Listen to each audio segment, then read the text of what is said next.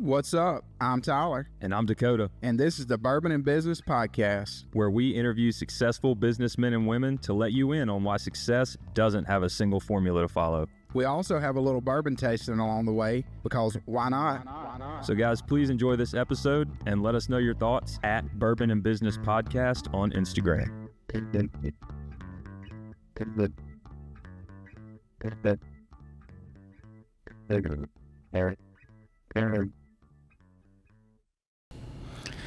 Coming to you from the Bourbon and Business Studio here in the Capitol Club in downtown Jackson, Mississippi. I'm Tyler. And I'm Dakota. And this is the Bourbon and Business Podcast. How you doing this morning, Tyler? I'm doing wonderful this morning. How about this view we have here at the Capitol Club? And you're not going to ask me how I'm doing? How are you doing, Dakota? I'm doing great. Thank you. Thank you for asking. Glad to know. I just missed it. So, Very rude. But tell our listeners about this view we have here. Man, we got the best view in downtown Jackson here at the Capitol Club in downtown Jackson, Mississippi. They have event space here. They have networking events. They have daily lunches. They have a parking garage. They have membership pricing. Am I missing anything? I don't know. You covered a lot. But if you're not a member of the Capitol Club, you need to go online and get you a membership. And then you want to introduce our guests to us? Absolutely. Today we have special guest Tim Pickett, Rankin County Market President for Community Bank. Tim, welcome. Yep. Thank you. Glad to be here. I'm glad to have you this morning. And what are we sipping on today? Today we are sipping on Barrel Foundation Bourbon. It is aged 5 years. And what proof is it? You've been getting good, so don't ruin your streak. I might say a 90 proof. It's 100 proof. Is it 100 proof? It's hot. So it's hot. I don't know. That's really smooth for 100 proof right there. Then It's got a little heat to it, though. What you got? I'm gonna have to come in at a 8.9. 8.9. Okay. So I like it. Where did we get this bottle? We got this bottle from Cheers Vineyard in Gluckstadt, Mississippi. For all your bourbon, wine, tequila, vodka, whiskey, anything you can think of needs, go to Cheers Vineyard in Gluckstadt, Mississippi, and ask for JT. He'll hook you up. If JT's not there, they have a great, knowledgeable staff. Anybody can help you. Yep, they got the goods. So, well, Tim, we appreciate you coming on. Yep. We'd like to start this kind of just give our listeners your background, where you grew up, where you're from, and then kind of how you got to the point of becoming the market president for Rankin County for Community Bank. Sure. So, born and raised, still live there, Florence, Mississippi. Went to Florence High School, just out of high school, 2010, joined the Mississippi Army National Guard. Spent 9 years in the Army, and to include one deployment to Afghanistan. My education background is at Ole Miss, finance and accounting. Straight out of Ole Miss, went to work for Community Bank. To be honest with you, never heard of Community Bank before I went to work there. And so fast forward 8 years, give or take, minus a little bit. I'm the division president for Rankin County, market president for Rankin County, but started as a management trainee, credit analyst, worked my way through the ranks. But now I oversee 5 retail offices, about 40 staff, 15 officers, lending officers, soon to be another location added in Florence. So that's near and dear to me. I'm glad to see that. We'll cover pretty much the whole Rankin County area. But the bank is headquartered in Rankin County, the only one that's headquartered in Rankin County in the state of Mississippi.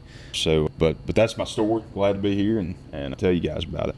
So glad to have you. Yeah. Well, tell us a little bit. You touched on which we thank you for your service. Appreciate that. My twin brother's actually in the Army National Guard as well, around the same time. Yeah. So, but how did that help you? Your background in military, once you got to the point of working at the bank and working your way up there.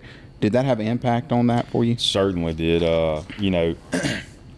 And that's something that's close to my heart is the military, our service members. But one thing that gives you is a foundation. And without a solid foundation, I don't think anything that somebody steps off into is going to be as good as what it would be without a foundation. And it teaches you discipline. It teaches you standards. It teaches you several, factors and characteristics that anybody should have in the business world or any type of work. But it certainly gave me an edge, I would say, just from kind of seeing different aspects and seeing different parts of the world and facing different challenges and just things that you wouldn't see, this on this side of the business sector.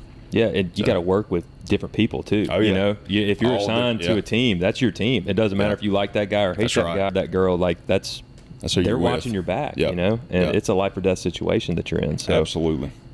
You got to be able to trust too, and build that trust quickly with people. Yep, no doubt about that. No doubt. Well, what are some of the biggest challenges right now for community banks? I know that's probably a topic on everybody's mind. Silicon Valley Bank wasn't too long ago, and then, there was all these news reports. Every bank is failing. We're all going to have issues with the real estate and the interest rates and all that kind of stuff. So what are you seeing? So just to touch on Silicon Valley Bank, so they were very, very leveraged into one sector, and I'm sure that y'all have read up on that, but their liquidity, their how they were diverse, they were not very diverse into their portfolio, their investment portfolio. They went really risky into their portfolio, and they had a high concentration with certain customer field that just really didn't diverse them very well. So that's not something we as community bank, and a lot of community banks are, we're well versed and our investment portfolios are a little more moderated, and if you will. But I would say, and there are several challenges that community banks face. The biggest one I would say is regulation. As you know, Dodd-Frank was enacted in the Obama administration, which was a response of the Great Recession that we went into, and it had different factors inside of that were supposed to help implement and keep from seeing that type of recession. It's been successful so far, I would say. However, it poses a lot of new regulation. One of those we'll see enacted probably this next year, depending on how things go politically wise, but I expect to continue to see further regulation. So you've got Know Your Customer, you've got CRA that the Fed is pushing. You've got, and of course, interest rates are a huge factor, and I know we're going to talk about that in a little bit, the rates and everything. But another big challenge and that we're going to see is fintech. A lot of your crypto, your digital currency, that's something to keep an eye on, certainly, because everybody today, as you know, is all about convenience. They're all about quick. We want it yesterday, and digital. You got it. It's quick. It's streamlined. It's automatic, and it really takes out the human factor. And so that's something as community banks, especially in our area, we like to go in and see a face. We like to talk to somebody. We don't want to talk to a robot. We don't want to talk to a computer. And so, we're positioned well with our bank, as are most community banks. But that'll be something to watch going forward to see how the government, credit unions, big banks, they're regulated completely different. That'll be another challenge. You've got credit unions out there that are multiple times the size of some of our banks, some of our smaller banks, and they're buying them. And credit unions don't pay taxes. And so, it's kind of one of those things that, is that something the government wants to step in with? And of course, they have their lobbyists. We have our lobbyists trying to fight for the best opportunity for everybody. But that's just a short snippet of some of the challenges. But really, to top that all off, managing your customers' expectations and managing them to know and understand and be prepared for what's to come. And, the biggest thing we can do is prepare and plan and anticipate. And I think that's something that business owners have to rely more on themselves, more so than just, their CPAs and their bankers. They need to understand what they're doing and what their goals are. And so, all of that in conjunction all of that together creates this problem that we all face, and so it's on all of us to figure out how to manage it and get through it. Well, and I think, especially for the local business community, and really in Mississippi, and I would assume most of the Southeast and probably a lot of the United States, but community banks are so important because that's the people that we're banking with, the people that we know. Number one, we know, how's business done here in the South. I do business with someone that I know, that I can talk to, that I see in my community. I mean, my bankers that I use now, why do I bank with him? Because we're friends. We were friends first. And I think that's, so crucial here, especially because y'all in Rankin County, y'all know what the people of Rankin County need versus if you go off and, you're banking with whoever, dealing with someone out in New York, they have no idea of what's going on here. So I think that it is such a pivotal part of the community here, having the community banks and being able to talk to your banker and know, they have a front row seat view to what you need. So, agreed. Yeah, the community bank is a pivotal piece of any local economy. If the community banks go away, and you've only got big banks that are heavily regulated, then you lose a lot of the freedom, you lose speed, you lose comfort, you lose a lot of information and knowledge about what's actually going on. You lose that relational piece that gives people peace of mind, knowing that my buddy Tim is watching my bank account. He's on top of things for me. I can call him up, we can go to lunch and say, hey, what's going on with this issue with Silicon Valley Bank, and he can actually give me insider information there, not insider illegal information, but insider information from somebody in that industry that says, hey, Silicon Valley Bank was over invested in this one asset class, and it really kind of skewed their books, and so that's why the talking heads don't have it right. Shocker, all that kind of stuff. So it's the community bank piece there is very, very pivotal to that local economy. But let's talk a little bit about interest rates and inflation remaining high.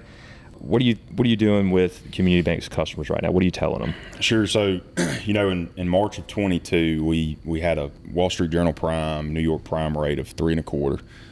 Over the course of a couple of years, we're at 8.5 now. Which, if you look at the history, 8.5's not. Our grandparents, our parents, potentially, they were buying houses and having a rate way higher than that. My dad's first house was 16%, 20%, something like that. He didn't think he'd ever get out of debt. And here's the thing, and this is where managing your customers' expectations is very important, and helping guide them and understand the ins and outs. But it's very important. However, 8.5, I try to preach it. Look, it's a shocker to me too. But in the grand scheme of things, it's not. It could be much worse, as we know. But the government. I say the government. The Federal Reserve and all of those entities that the regulators that use rates as a tool to help combat what we see in our economy. So we were in a low rate there for a little while. Economy was doing well.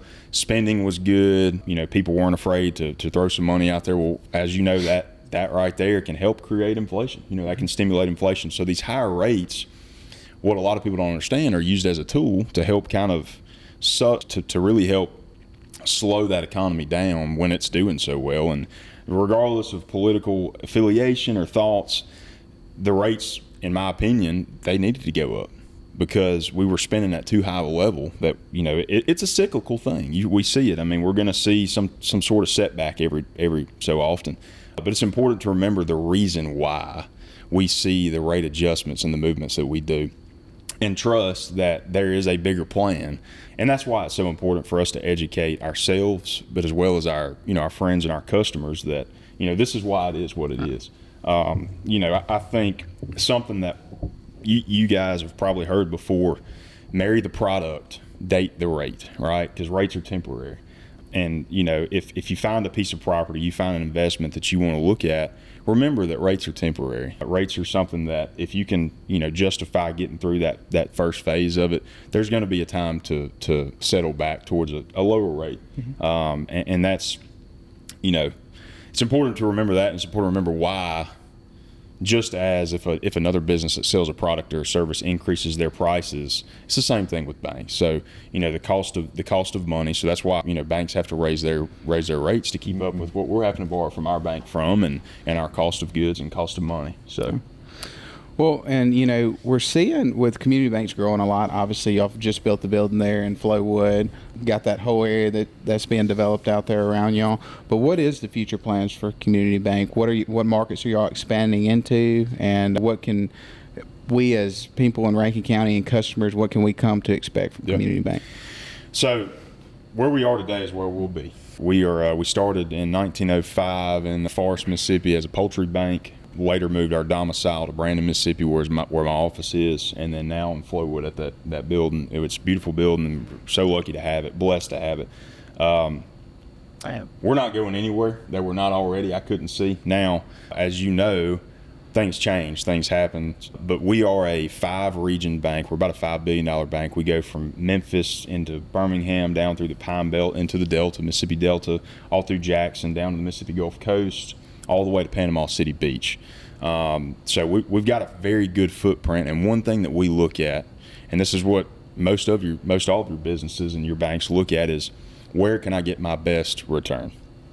And so we're not going to go into a dying market. We're not going to go into a slow market. We're going to go into one that's that's coming up, one that we can help impact, one that we can help grow. And that's in our name. We are a community bank of Mississippi. And, one day, if we grow as much as we think we might, there's community bank is one. I think if you were to Google community bank, you'd probably find 1,000 of them. So you got to differentiate yourself and your model and your product. However, what's in our name is who we are. We are a community bank, and we love to invest in those communities that we're in. So that's kind of our target. I can't see us growing on a fast pace too much more, but and another thing I remind people, don't outgrow yourself. And a lot of businesses, small businesses, will do that. So that's something our management team has to keep in mind when they're looking at where to go, where to grow, and what to do. Yeah, well, that's so important. You don't want to sacrifice quality to grow at a rapid rate. And like you said, I think so many businesses, they're so focused on growth that a lot of times then the customer's forgotten and the quality's forgotten. Well, that happens every time with a restaurant that scales. Right. I mean, it's 99.99% of the time when grandma's recipe goes to scale, it no longer works the same because you got to use cheaper materials, you got to find cheaper labor, you got to find, the stuff that's not going to produce as quality of a product. Well, and one more thing you need to consider, and I failed to mention this earlier with challenges, but as you grow, you have to increase your resource capability. You have to increase your employees, your knowledge. And so that's another thing with these increasing regulations and growing. You've got to grow your staff to give the ability to help and assist your customers and give them that same quality of service. So it's important to remember as you grow, not to outgrow, and to remember what you're in business for. Well, tell our listeners a little bit about, we have people that have been in careers for a while. Maybe they're climbing the ladder like you have. But what was it like going from being, really you were there, kind of managing your people, as far as your customers and things like that, to now you have a team that you're managing. Yeah. What was it like making that transition? I learn something new every day. And when you work with people, you do that. And I think that's a very good question, and it's one that I think a lot of folks our age may struggle with when you move into different areas of your employment. But managing people is so much easier said than done because you have the makeup of those people. You have to manage each person different. Everybody has a different hot button, and just like with your customers, I mean, they want cheap money, they want a good deal, they want a good term, they want to be communicated with well. Well, it's the same thing with employees of the bank and other staff, but each of them, one may want higher pay, one may want more recognition, one may want more authority. So it's important to know your people, know what drives them, know what gets them motivated, because in the grand scheme of things, that's what my job is I'm a motivator. Yeah. I'm a motivator, not a manager. I'm a motivator, and I'm a leader in that. So my job is to lead them as best as possible to reach their max potential. But that transition, and I still deal with customers. I still make loans every day. That our CEO, who's in his 40s of the entire bank, he still makes loans. And that's one thing we don't stop doing. We never outgrow that because, as you said a minute ago, you want to deal with your friend. Right. You want to deal with somebody you trust. And so, somebody calls me and says, I need something, I'm going to do it for them. And not to say that some things wouldn't get handed off to others, but at the end of the day, it's simple. We're taking care of folks. Yeah. I mean, that leadership piece that still manages a book of business, that's how you never lose touch with what's actually going on the day-to-day floor, right? Because you're dealing with it. You're dealing with those concerns. You're dealing with those questions. Whereas, in a scaling structure like that, a lot of times you'll see leadership just be completely out of touch with what's actually happening on the front lines with the customers, exactly right? And so when that happens, you've already lost the battle, and you haven't even started fighting yet. But if you can keep that piece to where everybody still has a book of business and looks their customer in the face and has to tell them bad news or good news or whatever, then it impacts your decision-making ability a little bit. And when you have those large board meetings and those corporate meetings, it's kind of like, well, I had a guy tell me this yesterday. And it's like, really? I've never heard that before. I had a lady tell me this. So it's very interesting when you keep that book piece, that customer-focused piece of the puzzle there, because it impacts your decisions. Yeah. It takes a village, and we all have to push the broom every now and then. Yeah. So not everybody can pull rank and title. And That's a Southern saying if I've ever heard one. Yeah. Well, and I don't, I'm of the belief that you can't lead people. Number one, if you've never done it before, that you're not going to be able to lead someone to do something. And then number two, if you're not continuing to do it, if they're not seeing you on a daily basis saying, oh, well, Tim's also helping out. He's also pushing the ball forward. Like, he's not just telling me to do these things. Like, he knows how to do these things. And I think, when you're casting a vision for a team, like it is different leading people. Like, I could do that in my sleep. Go out and sell insurance. You're so good at selling, Tyler. It's second nature to me. Slinging That's just, just who sales. I am. But then you move into the role of you're managing people and trying to teach them how to sell. And it's like, then you think, well, how did I do that? Yeah. Like, how do I do it? And a lot of times, most times it's relationships. But, leading people and casting that vision to say, hey, this is what it takes to be successful, and keeping them motivated daily, that is a tough task. But, it's got to be someone that's done it to be able to do that for sure. So, you ready for a bourbon break? Yeah, I think it's a good time. All right. Barrel Foundation bourbon, aged 5 years, 100 proof. It's got some heat. I like that. It's a great flavor to it. It tastes like a bourbon. I know I've said that before. And it's still smooth. It's not hard to drink, It's not too high of a heat. And I'm going to land, you were at 8.9, I'm going to do a 9.0. Wow. Coming in above me. Yep. Tim, we'll get yours at the end of the episode here, and then we'll let Tyler average them together on the fly. Yeah. Because he is a human computer. You say you wouldn't want me working at the bank after I average this. No, okay. Hey, that's why we have calculators. Yeah. Back to the podcast. What do you think is next after the election with the Federal Reserve interest rate cuts? Now, I know that there's, we don't have to get into the political side of things or anything like that, but what do you think the Fed will do after the election, just regardless? So let me start with what we've seen this past week. As you know, the board met Wednesday and decided to not move rates. Given where we're at with inflation, I think we're sitting around 2.5 with a goal of 2.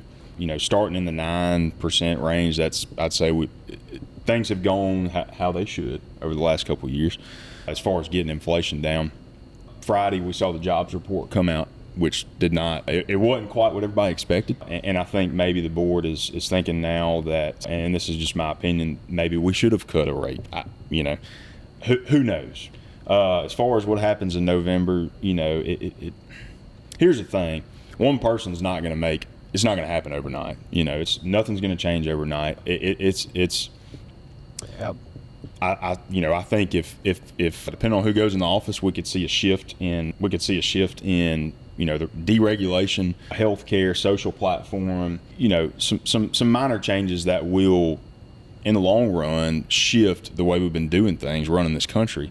I certainly see rates dropping. I think we're expecting a 50 basis point decrease in September. So that would move your New York prime rate from 8.5 down to 8, and then maybe some more cuts going through the end of the year. I certainly think that the jobs reports that come out, seeing what inflation, seeing how, and as you know, the market, if you've looked at that over the last couple of days, that report shocked the system. Yep. So, it regardless of which way it goes and who goes into office and who thinks what, the system's going to play itself out. And it's the perception of people, as you know, perception is reality, and I think that plays a huge role in what we see happen. So regardless of who goes into office in November and what happens with Senate and House going forward, I fully expect there to be some sort of adjustment, not recession. I can't see a recession happen. Who am I to say it's not going to happen? But I certainly see some sort of adjustment just to, bring people back to where we need to be. Sure. But who knows? It's regardless of what happens, I think the country runs better in a bipartisan group, as in any team or group, small group. If everybody's thinking alike, you're not going to accomplish as much because it's all one-sided. Yeah. So when you have opposing views and you have some healthy collaboration within a group or within our government, it works better. Yeah. And so I'm hopeful, regardless of the outcome in November and the future elections that we have, that we will figure out a better way to manage what we've got going on in the country, and to produce what we need to produce. Man, you might have a political career in your future there, Tim. That was spoken like a true politician. Yeah. So my thing with we go through cycles in this country. Always through, if you look back all through history, it's nothing but a cycle of how the economy runs. But as far as, business owners, entrepreneurs, and people listening to this, if you want to be successful, no matter what's going on in the economy, you can do that. You have to make the decision to, you got to figure it out, to fight through the hard times, because we're going to have them. We're going to have high interest rates to get to the good times when the interest rates are low. And then that's when, once you're able to fight through those times, you're able to grow through those times as well. You got to find a way to be successful no matter what's going on in the economy, because we're always going to have an election every 4 years, and we're going to have things that are going to change every 4 years. And that's the beautiful thing about this country. It's not one-sided. We can, change things and 4 years later and then change them again if we want to. Then we're not stuck in one system, and I think that is the good thing about this country, that everybody has the opportunity to be successful if they want to. And then, of course, if you want to use excuses for whatever, you can use those as well. So, yeah.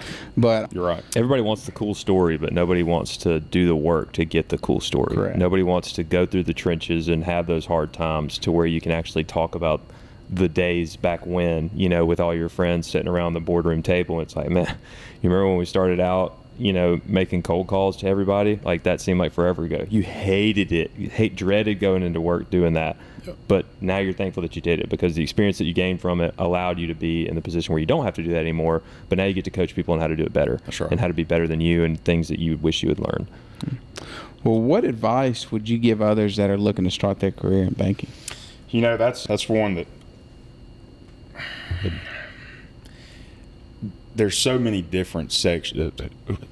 Banking is, as with a lot of other industries and sectors of business, banking is one of those things that you kind of make it out how you want it to be. And I think, it's extremely rewarding to watch somebody come in that's young and, they're straight out of college and they know the numbers.